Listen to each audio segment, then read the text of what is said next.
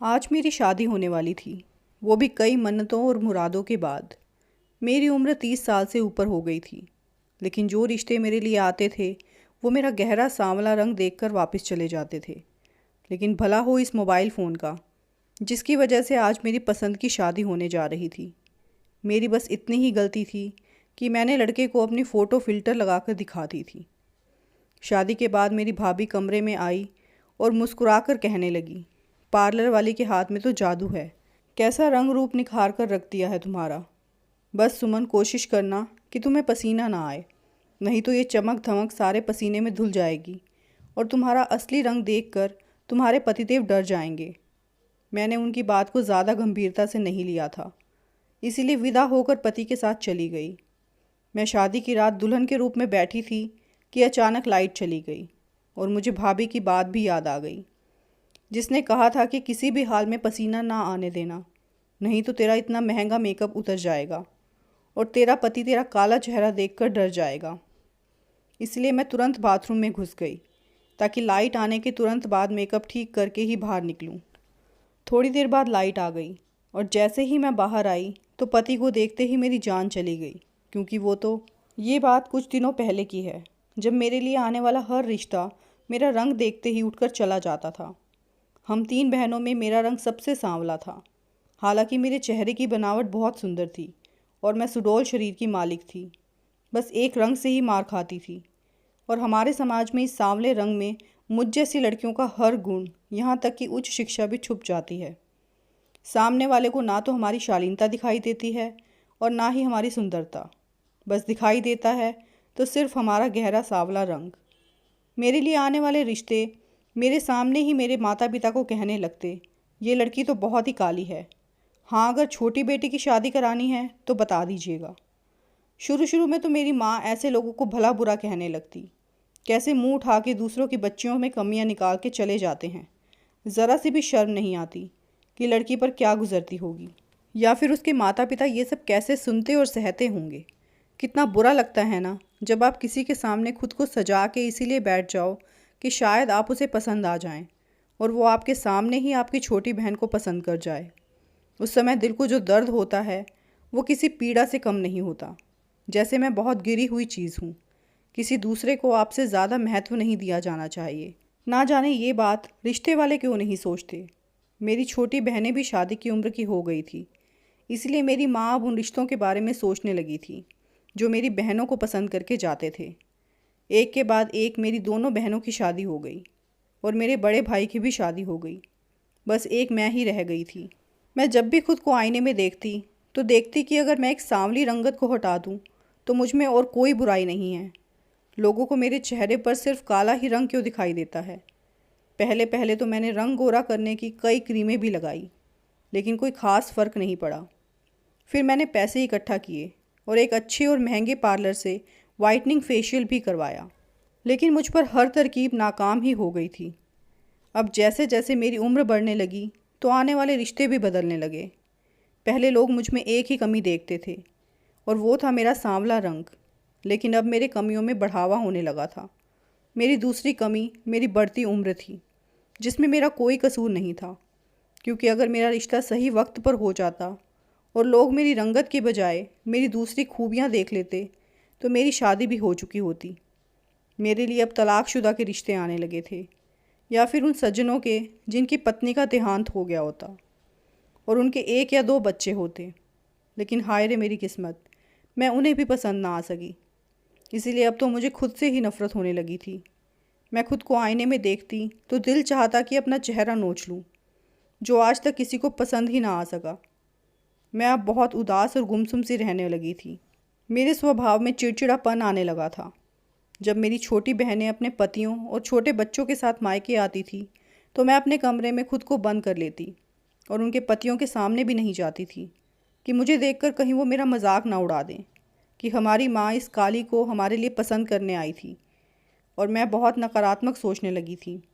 दूसरी ओर मेरी माँ मेरा रिश्ता ना होने की वजह से बहुत बीमार रहने लगी थी। उनकी भगवान की पूजा भी बढ़ने लगी थी।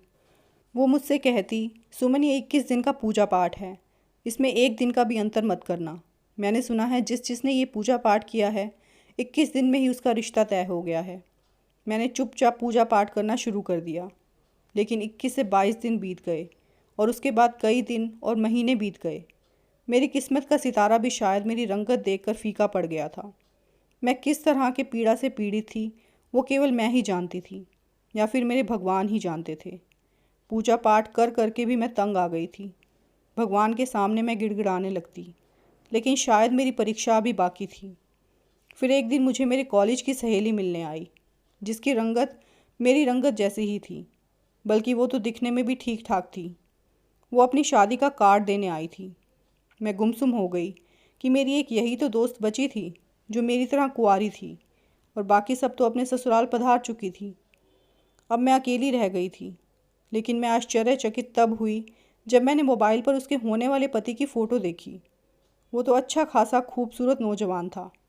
मुझे अपनी सहेली का सांवला रंग देखकर भी जलन होने लगी। इस रंग रूप पर भी क्या किस्मत चमकी थी। वो मुझे कहने लगी, सुमन, मेरी संजीव से फेसबुक पर दोस्ती हुई थी और फिर हमारी दोस्ती प्यार में बदल गई।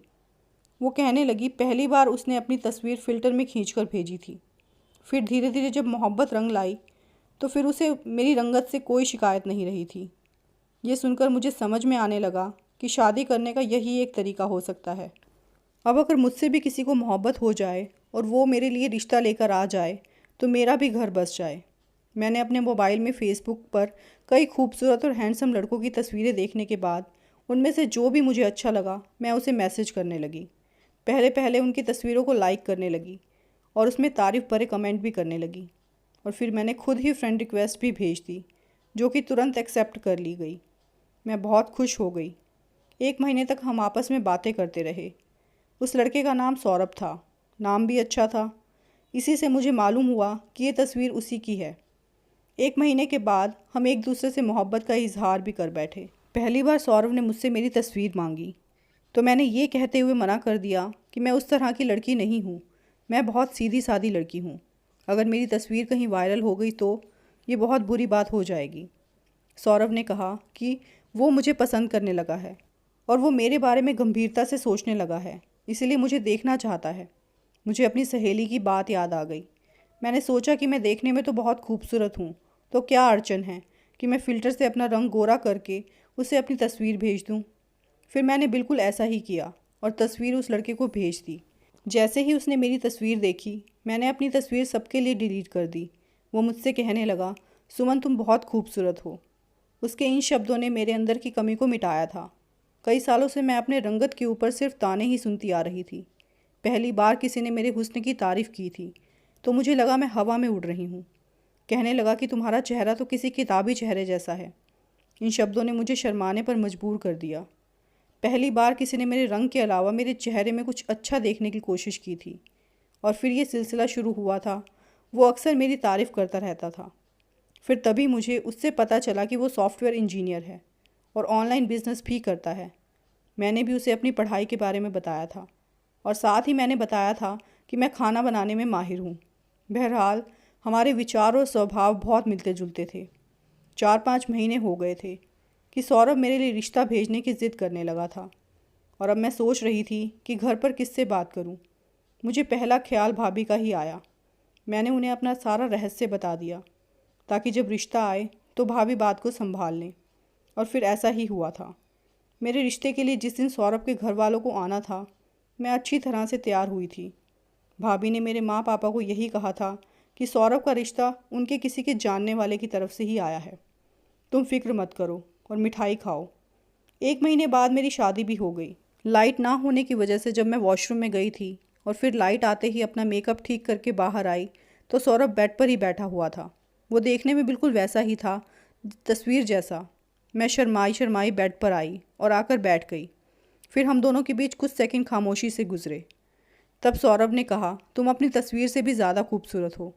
उसने मेरा हाथ पकड़कर मुझे अंगूठी पहनाई, लेकिन अंदर ही अंदर मुझे यही डर था कि कहीं मेकअप धुलने के बाद सौरभ की मोहब्बत ख़त्म ना हो जाए।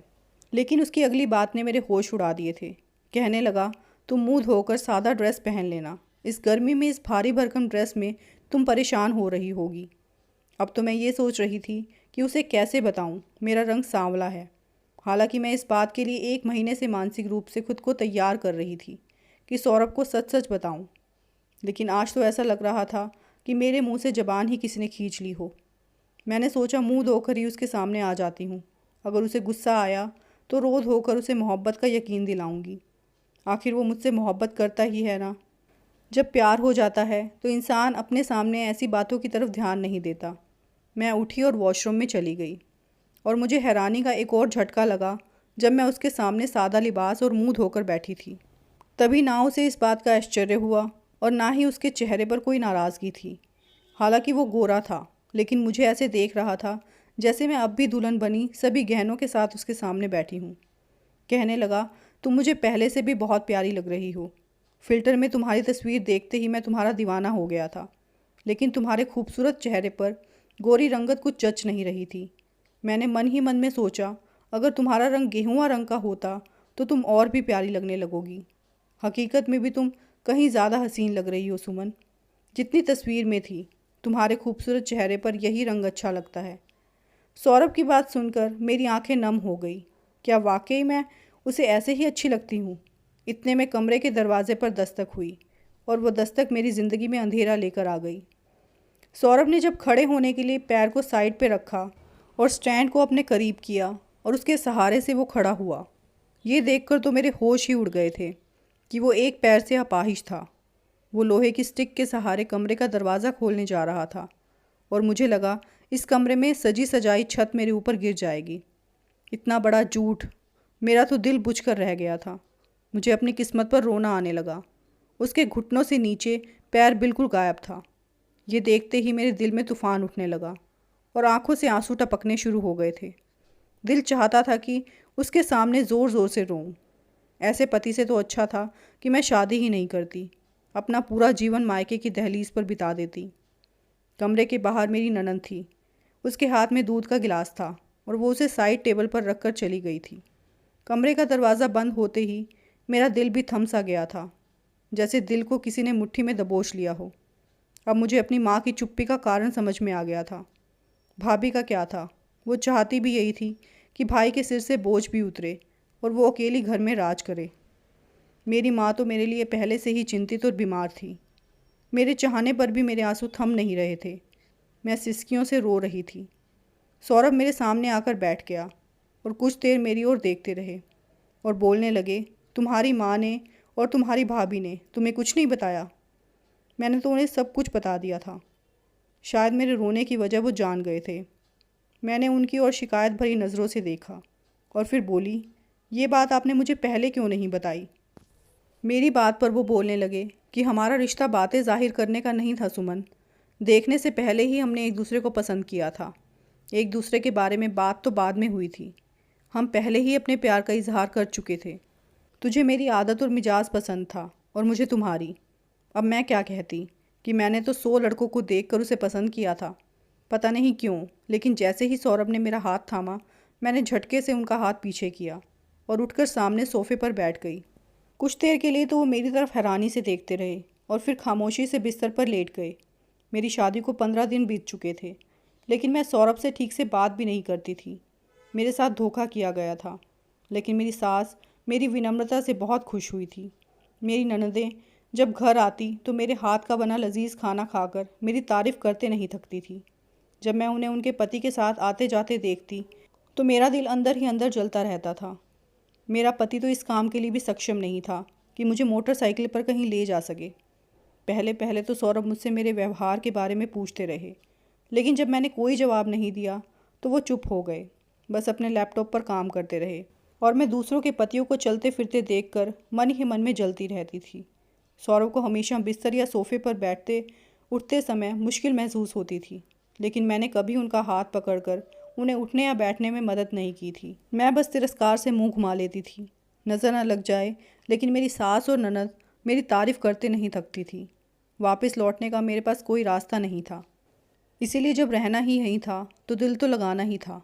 सौरभ जब भी मुझसे अपनी ज़रूरत की चीज़ मांगते तो मैं उन्हें गुस्से में जवाब देती थी।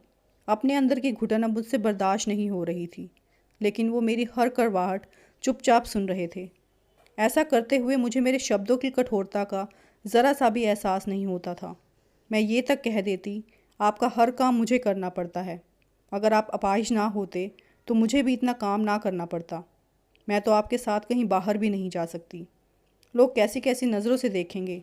मुझे मेरी बात का भी कोई जवाब नहीं देते थे। उन्होंने बस एक खामोशी अपने साथ रखी थी, बस इतना कहकर कि तुम मेरा काम मत किया करो। हालांकि मैं उनका ज़्यादा काम नहीं करती थी। ज़्यादातर वो घर पर ही रहते थे, क्योंकि उनका सारा काम लैपटॉप पर ही होता था और वो अपने कमरे में ही रहते थे। बस कुछ देर वो अपने माँ पापा के साथ बैठ जाते थे, बातें करते रहते थे। सौरभ अपने माता पिता के इकलौते बेटे थे, बाकी 2 बहनें थीं। एक बार उन्होंने मुझे बताया कि वो काम से बाहर जा रहे थे। अगर मैं मायके जाना चाहती हूँ तो वो मुझे छोड़ देंगे। ये बात सुनकर मैं उपहास भरे अंदाज में हंसने लगी कि आप इस काबिल हैं कि मुझे कहीं भी ले जा सकें। ये सुनकर उनका चेहरा उदास सा हो गया। कहने लगे कि उन्हें गाड़ी चलानी आती है। फिर मैंने सोचा कि निश्चित रूप से कार ऑटोमेटिक होगी। फिर मेरे दिल में कुतूहल पैदा हुई कि देखूं तो ये गाड़ी कैसे चलाते हैं। मैं उनके साथ चली गई। गाड़ी मैनुअल थी और वो एक पैर से बड़ी सफाई से गाड़ी को नियंत्रित करके चला रहे थे। अपनी आसानी के लिए एक स्टिक भी रखी हुई थी। आगे चलकर एक सिग्नल पर उन्होंने गाड़ी रोक दी तो आसपास में रुकी हुई गाड़ियों में बैठी लड़कियां हम दोनों को हैरानी से देखने लगी और फिर हंसने लगी। एक कहने लगी, कितना खूबसूरत नौजवान है, और बीवी देखो बिल्कुल काली। मुझे तो दया आ रही है बेचारे पर। उसकी बात हम दोनों ने भी सुनी थी। ये सुनकर मेरा खून खौल उठा था कि पता चले कि इस बहुत खूबसूरत वाले का एक पैर ही नहीं है तो फिर मैं देखूं किस पर तरस आएगा। उसने मेरे ज़ख्म को एक बार फिर से नए से ताज़ा किया था। मेरा चेहरा देखकर सौरभ समझ गए कि मुझे उस लड़की की बात बुरी लगी है। इसीलिए कहने लगे कि तुम लोगों की परवाह मत किया करो। अगर ये मेरी नज़र से देखेंगे तो इन्हें पता चलेगा कि तुम कितनी हसीन हो। मुझे उस लड़की की बात इतनी बुरी नहीं लगी थी जितनी सौरभ के मुंह से मेरी तारीफ़। मैंने गुस्से से कहा, ऐसी बातें मुझसे मत किया करें। ऐसी ही बातों के जाल में फंस कर मैं पछता रही हूँ। आसान नहीं होता एक अपाहिज के साथ ज़िंदगी गुजारना, मैंने गुस्से वाली आवाज़ में कहा और अपने घर के सामने उतरने लगी। तो सौरभ ने कहा, सुमन, अगर तुम मेरे साथ खुश नहीं हो तो जो चाहो तुम फ़ैसला ले सकती हो। तुम हर फैसले के लिए आज़ाद हो। मैंने उपहास भरी मुस्कान के साथ जवाब दिया, मेरे पास वापसी का रास्ता अगर इतना आसान होता तो मैं आपकी हकीकत जानकर ही वापस लौट गई होती। ये कहकर मैं गाड़ी से नीचे उतर गई और बड़े ज़ोर से दरवाज़ा बंद कर दिया और घर आ गई। अगले दिन मुझसे मिलने मेरी वो ही सहेली आई। उसके चेहरे की रौनक मानो कहीं गायब हो गई थी। मैंने उससे कारण पूछा तो कहने लगी, मेरा पति मुझे मेरी रंगत के लिए ताने मारता है। कहता है तुमने मुझे धोखा देकर शादी की है और अब मुझे मायके भेज दिया है, और बोला कि मैं तुम्हें तलाक दे दूँगा। हालांकि मैं उसके छोटे से घर और कम पगार से खुशी से गुजारा कर रही थी। सहेली की इस बात पर मैंने कुछ भी नहीं कहा। वो वहाँ से चली गई। 2 दिन बाद मैं वापस ससुराल आ गई। भाई ही मुझे छोड़ने आए थे। दरवाज़ा एक नौकरानी ने खोला था। भाई मुझे बाहर से ही छोड़कर चले गए थे। मैं अंदर दाखिल हुई तो मेरी सास और ननदें मेरे बारे में ज़ोर ज़ोर से बातें कर रही थी। कह रही थी कि तुम में ऐसी कौन सी कमी थी सौरभ, जो इस काली महारानी को सिर पर इतना चढ़ा रखा है। और कितनी खूबसूरत लड़कियां थीं जो तुमसे शादी करने को तैयार थी। अच्छा खासा कमाते हो, गाड़ी है तुम्हारे पास, क्या वो ज़रा भी तुम्हारे पास बैठी अच्छी लगती है? उसकी रंगत देखकर तो मेरा दिल मचलने लगता है। अपनी ननद की मुंह से ये बातें सुनकर मैं स्तब्ध रह गई थी। मेरे सामने तो ये मेरी तारीफ़ें करती नहीं थकती थी और पीछे से ये सोच रखती है। सौरभ ने तुरंत कह दिया, सुमन मेरी पत्नी है, वो कितनी सुंदर है ये मैं ही जानता हूँ। जब मैं उसके साथ खुश हूँ तो किसी को कोई हक नहीं है कुछ कहने का, और मेरे सामने आप बिना संकोच बोले जा रहे हैं। लेकिन अगर आपने सुमन के सामने कुछ कहा तो मेरे से बुरा कोई नहीं होगा। सौरभ अब भी मेरा ही पक्ष ले रहे थे। तुम्हारी ही वजह से उसे बर्दाश्त कर रहे हैं, वरना वो जो करती है 5,000 की नौकरानी भी कर सकती है। मेरी सास के मन में भी मेरे लिए ऐसे ही विचार थे। मैं ये सुनकर चौंक गई थी। मैं सीधे अपने कमरे में चली गई और मुझे अपनी गलती का बहुत गंभीरता से एहसास होने लगा था। अगर मुझे इस घर में सम्मान मिल रहा था तो इसमें मेरा कोई कमाल नहीं था। वो सौरभ ही थे जो मेरी ढाल बने हुए थे। जब सौरभ कमरे में आए तो मुझे देखकर हैरान हो गए और कहने लगे, तुम कब आई? मैंने कहा, सही वक्त पर पहुंच गई थी। फिर मैं उनके करीब गई और उन्हें सहारा देते हुए बिस्तर पर बिठा दिया और खुद फर्श पर उनके पैरों के पास बैठ गई। वो मुझे इस तरह से अपने पैरों में बैठी देखकर हैरान रह गए और कहने लगे, सुमन तुम यहाँ क्यों बैठी हो? वो अभी अपनी बात पूरी भी नहीं कर पाए थे कि मैं फूट फूट कर रोने लगी और अपने बर्ताव की माफ़ी मांगने लगी। वो मुझे चुप कराने में लगे रहे। मैं समझ गई थी कि दिखने वाली कमी महत्व नहीं रखती, इंसान का इंसान होना सबसे ज़्यादा महत्व रखता है। सौरभ ने मुझसे मोहब्बत की थी, इसीलिए मेरे अंदर की कोई कमी उन्हें कमी नहीं लगी और मैंने उनका चेहरा देखकर उनसे मोहब्बत की थी, इसलिए उनकी बाहरी कमी को देखकर दिल सहम सा गया था। वक्त रहते मुझे अपनी गलती का एहसास हो गया था और मेरे पास एक आदर्श पति था। मैं बहुत से हाथ पांव वाले सही सलामत मर्दों की कम पगार की वजह से अपने पति से लड़ने वाली बीवियों की तुलना में कहीं ज़्यादा खुशहाल ज़िंदगी जी रही थी। अब मुझे किसी भी बात का कोई पछतावा नहीं था। तो दोस्तों, अगर आपको आज की मेरी कहानी पसंद आई हो तो वीडियो को लाइक कीजिए, शेयर कीजिए और कमेंट भी कीजिए। और हाँ, सबसे ज़रूरी बात, आपने अभी तक मेरे चैनल को सब्सक्राइब नहीं किया तो प्लीज़ सब्सक्राइब करें। फिर मिलते हैं अगली वीडियो में एक नए और दिलचस्प कहानी के साथ। तब तक के लिए धन्यवाद।